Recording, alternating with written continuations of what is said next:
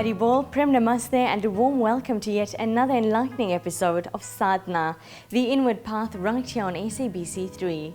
On today's show, we take to the streets of Durban for the annual ISKCON Festival of Chariots, sample some Sattvic delicacies at Shayona's in Mayfair, learn more about how the love of a mother can change the world, and glorify the divine through a melodious bhajan. Rath Yatra, or the Festival of Chariots as it is commonly known, is ISKCON's largest street festival. The rich and glorious history of this festival, with its roots buried deep in the holy soil of Odisha, where Lord Jagannath was first worshipped, has now captured the hearts of millions of devotees worldwide. In Vaishnavism, the form of Lord Jagannath is worshipped as the abstract form of Lord Krishna. The smiling figures of Lord Jagannath, Subhadra and Lord Balaram ride on 3 huge chariots pulled by their bhaktas, inspired by the wish of Bhaktivedanta Swami Prabhupada.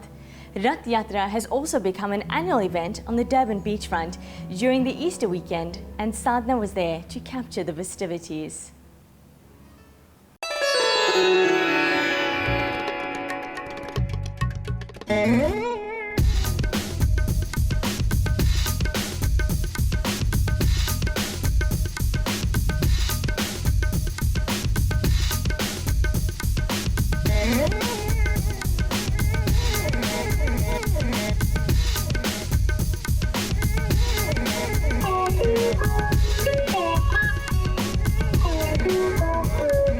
Prabhupada asked me to go to different parts of the world to introduce people to this culture and this philosophy. My first trip here was in 1982 during apartheid, and then at 1986-87 I became temple president of our community, our temple out in Chatsworth. It was during that time that I came up with the idea of doing this festival called the Festival of Chariots, or Rath Yatra in our Hindu terminology, because it was a program, an event that was very dear to our spiritual master. He felt that this is a good way to introduce people in the West in particular, but all over the world, to the culture of ancient India, the spiritual culture of ancient India.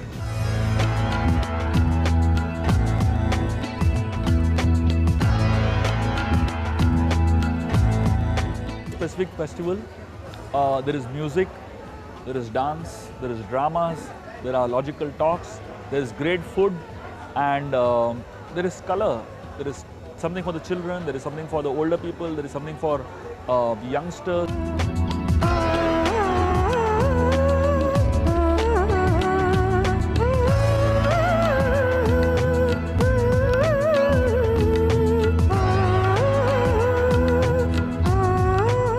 One of our themes, underlining themes of this chariot festivals is that it's for everybody. And I think that appeals to an underlying theme of this country, which is social cohesion.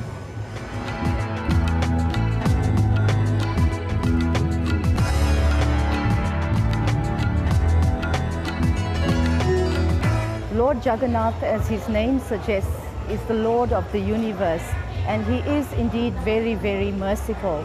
And he is one form that is taken out on the streets to allow everyone to have the darshan of that Supreme Lord. So that is basically what the Festival of Chariots is about. Now someone may question, why take the Lord out of the temple? That's the house of God. But the idea is that this is the age of Kali, Kali Yuga. As a result of that, people are losing their interest in spiritual life. They're more attracted to the material energy than they are to the Lord, or the Lord's temple, the Lord's devotees, or any festivities in regards to the Lord. So the Lord is very kind. The Lord comes out of the temple in a very glorious way, very beautiful, very attractive way. There's singing, there's dancing, there's theater, there's good food. And this is the Lord's way of reminding people of the real business of human life, which is self-realization, which culminates in realizing God. So that's the meaning of Rath Yatra.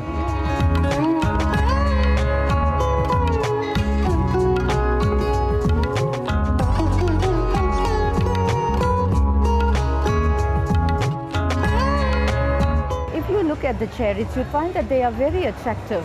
because they are tall, they're colorful, and they're very well bedecked, etc. And it immediately attracts the attention of anyone that comes across it. And in doing so, the person may unknowingly be taking darshan of the Supreme Lord and is being blessed for having done so. So that is the significance of Ratha Yatra, and it's accompanied by a lot of merriment, singing, etc. And the whole idea of Ratha Yatra is to promote or to encourage God consciousness. Here, the best of technology is used, and the best of presentations are made in the most logical format. But along with that, the vision, which is very ancient and Vedic old, is used.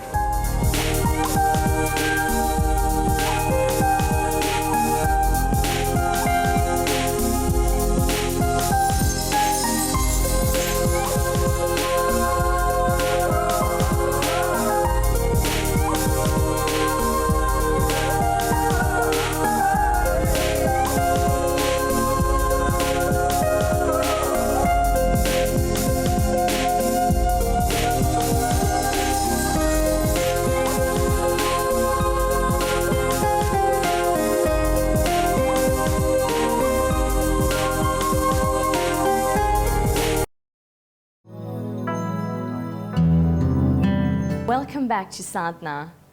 Sattvic foods are considered as those that help restore and maintain harmony and balance in one's body and mind. Shayona is a pure Sattvic yoga vegetarian restaurant, deli and spice shop. It is a catering arm of the Swaminarayan Temple and supports all their charities. All products are manufactured by a group of dedicated volunteers doing their share in promoting healthy yet delicious dishes.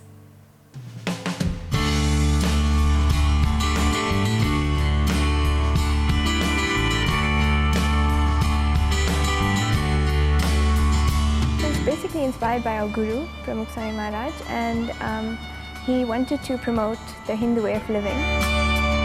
Guru Pramukh Swami Maharaj on numerous occasions suggested that we do some Hindu traditional food shop. Finally, we took a small shop on Church Street. First started off by just selling packed farsans, savories, and then it developed.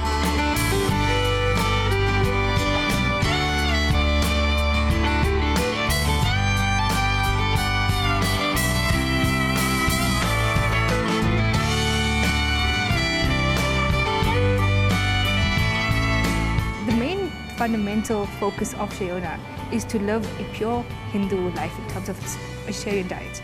However, it also acts as an instrument and promotes the social interactions of like-minded Hindus. It's more focused on how can we promote this way of living, this culture, or our Hindu dharma and our Hindu beliefs and traditions. It's derived from our three gurus in our sanstha, which is Shastri Ji Maharaj, Yogi Ji Maharaj, and Narayan Sarup Das Ji, who is also known as Pramukh Swami Maharaj today. And we've just taken the first syllable from their names and created Shayona. It's a very unique restaurant. It's not like any other Indian restaurant you'd find in Johannesburg because it's pure Hindu. It's pure Hindu in terms of the diet. It's pure vegetarian.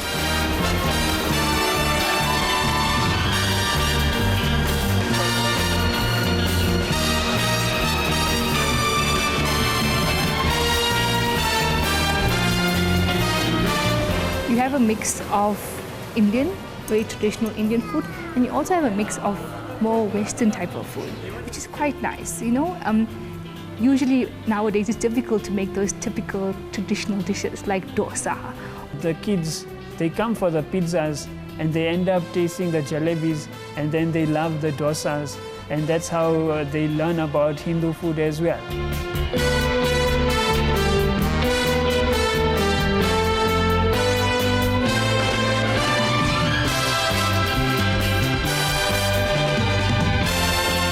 The sweets at Shayona, they come from the abode of God, I would say. They are divine.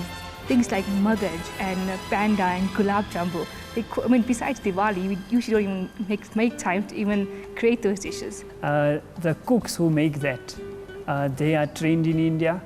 There's specialists on each sweet. When you're eating at Shayona, you're eating prasad. Whatever is cooked there is prepared with God in mind. It's offered in front of the deity. When we create the food, it's coming from a person who is supposed to be thinking pure thoughts and is peaceful and calm and not angry and putting all those negative vibes in the food. So they are good vibes that are going into the food as well as the usual pure ingredients. The main cooks of Shayona actually are trained in India. They come from India. At Sarangpur, which is a training center of the BAPS organization. They stay there for a few months. They learn under the sadhus the correct way of cooking, hygiene, cleanliness of thought, and then they are sent to the various branches of Shayona all around the world.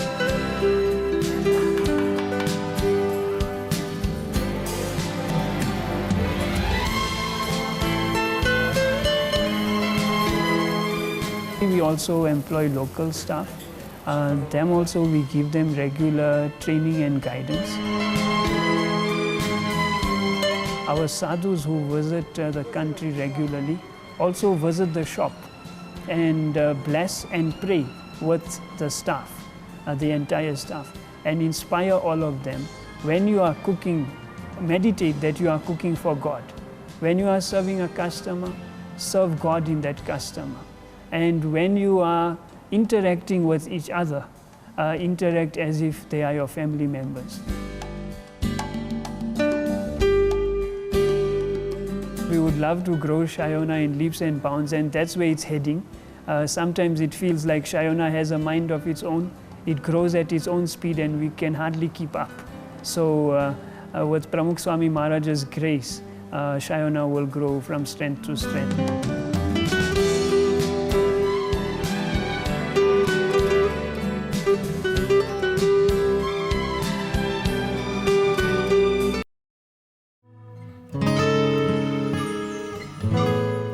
Amrit Ananda Mai, affectionately known as Amma, has dedicated her life to the upliftment of others.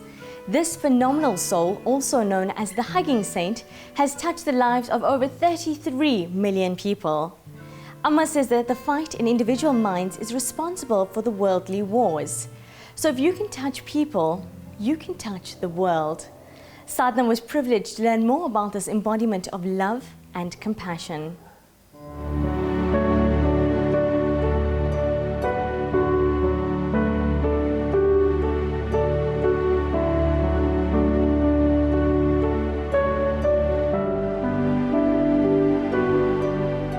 Amma is one of the world's renowned spiritual and humanitarian leader of our times, and her whole life is an offering to the suffering humanity. In fact, she travels all over the world spreading the message of love and compassion and guiding people how to find happiness and peace in their individual lives.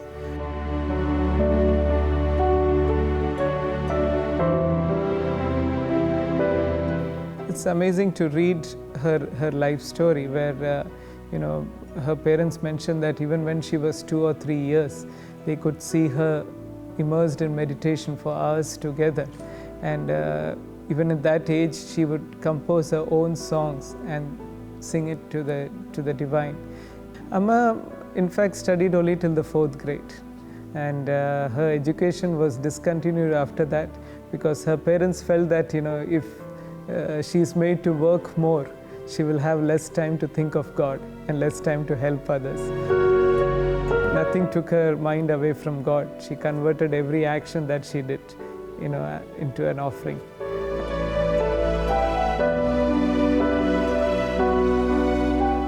Her way of reaching out to people is very unique.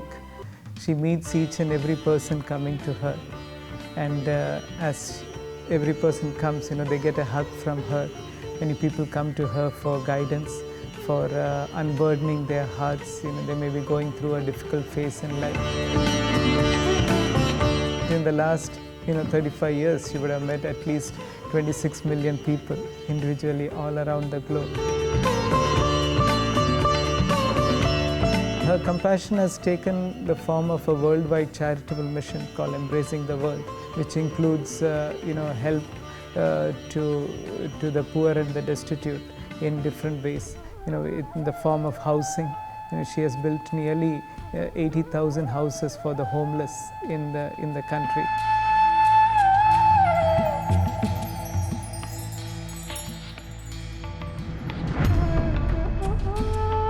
Amma always feels that education is so important, especially value-based education, because people get good academic education, but at the same time to give children the right values so that they can blossom in life. So she provides scholarships for students who cannot afford cost of education. So nearly 120,000 students get this scholarships. She also gives pensions to widows and destitute women, which is also more than 100,000 people who are beneficiaries of that. In medical care, we have around 8 hospitals, which gives the best state-of-art medical care to the poor people, and at the same time, they don't have to pay anything; they get it totally free of charge.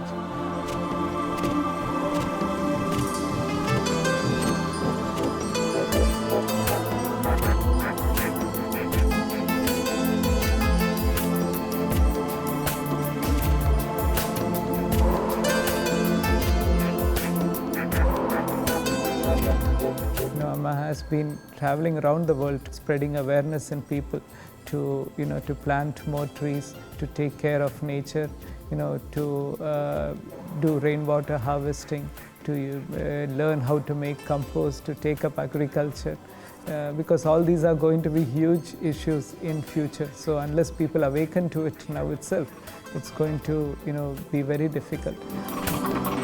Amma is also known all over the world for her work after disasters happen, natural disasters happen, whether it is the tsunami in India, whether the tsunami in Japan, the earthquake in Haiti, or the hurricane in the United States.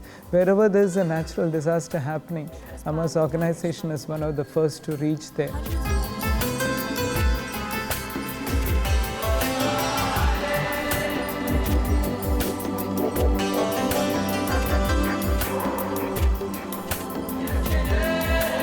Women empowerment is also a huge part of Amma's work, where Amma makes sure that women even in the rural areas of India, they get adequate training so that they can stand on their own feet. They don't have to be dependent on anybody.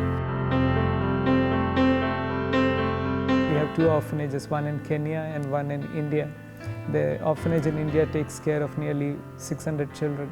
The orphanage in Kenya takes care of nearly 135 children. She's such a beautiful example to the world also, because most of us, we say that, oh, I have no time for my practices, I have no time to think of God. But Amma really showed us through her life that if you have the will, every action of yours can become an offering.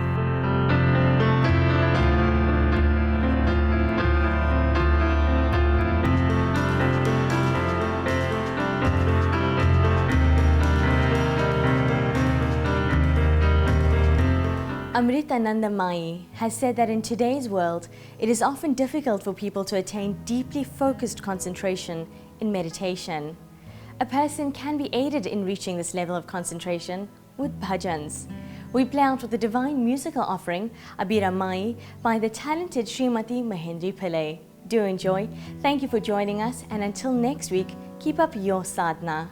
Jai Shri Krishna. அபிராமியே எங்கள் அபிராமியே அபிராமியே எங்கள் அபிராமியே